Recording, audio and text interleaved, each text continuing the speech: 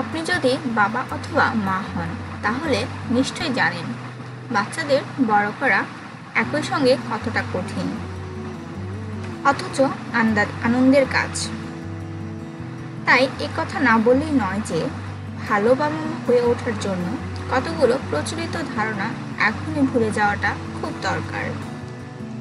না হলে তা বাবা মা এবং বাচ্চা উভয়ের জন্যই বিপদ।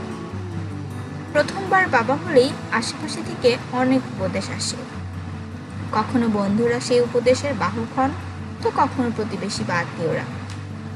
এখন প্রশ্ন হলো, সব উপদেশ কি কাজের? একেবারেই না।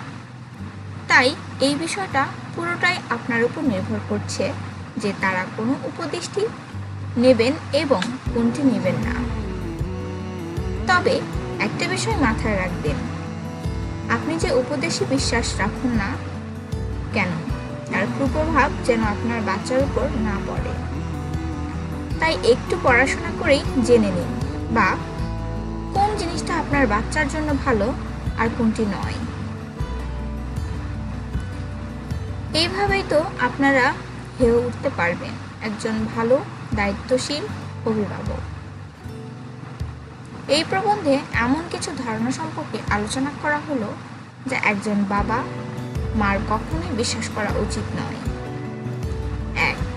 বাচ্চা কাঁদলে তাকে কোলে নেবেন না। অনেকেই এটা বিশ্বাস করেন যে বাচ্চা কাঁদার সময় তাকে কোলে তুললে তার অভ্যাস খারাপ হয়ে যায়। এখানেই শেষ নয়, তারা আরও বিশ্বাস করেন এমনটি করলে নাকি পরবর্তীকালে সেই বাচ্চা একেবারেই শৃঙ্খলা পরায়ণ হয় না। এই ধারণা একেবারেই ভুল। বরং কাঁদার সময় বাচ্চাকে কোলে নিলে সে তাড়াতাড়ি শান্ত হয়ে যায়। 2.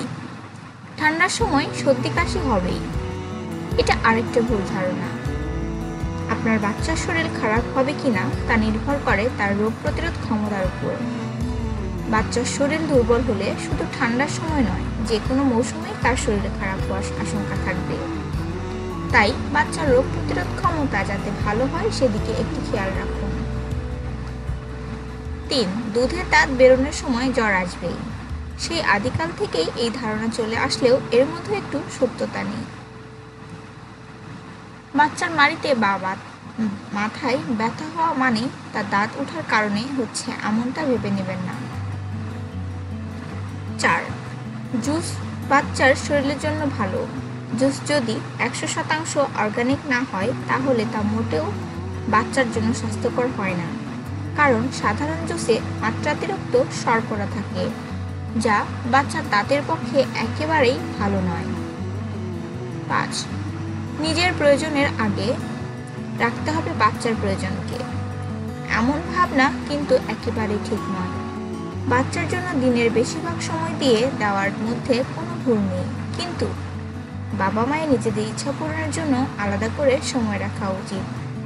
না হলে জীবনের ভারসাম্য নষ্ট হয়ে যাবে, দেখা দেবে অন্য ধরনের সমস্যা।